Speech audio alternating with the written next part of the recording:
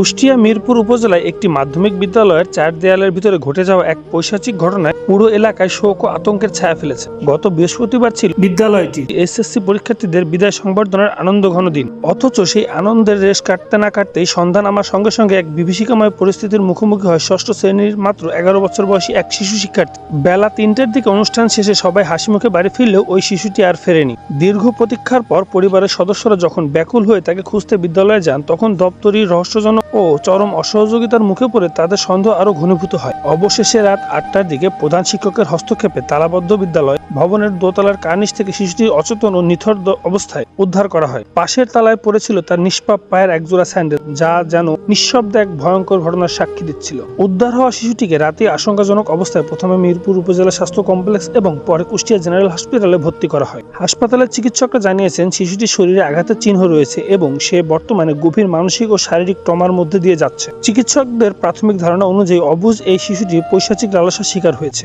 এই ঘটনা এলাকায় তীব্র ক্ষোভের সৃষ্টি হয়েছে। আইন শৃঙ্খলা রক্ষাকারী বাহিনী ইতিমধ্যে ঘটনার রহস্য উদ্ঘাটনে বিদ্যালয়ের দপ্তরি ও নৈশী প্রহরীকে জিজ্ঞাসাবাদের জন্য হেফাজতে নিয়েছে। মিরপুর থানার ভারপ্রাপ্ত কর্মকর্তা জানিয়েছে, দোষীদের শনাক্ত করতে জোর তদন্ত চলছে এবং অপরাধীকে কোনোভাবেই ছাড় দেওয়া হবে না। একটি বিদায় অনুষ্ঠানের আনন্দ কেন এভাবে এক শিশুর জীবনে অন্ধকার অধ্যায় হয়ে উঠল, সেই উত্তর খুঁজছে এখন গোটা কুষ্টিয়াবাসী।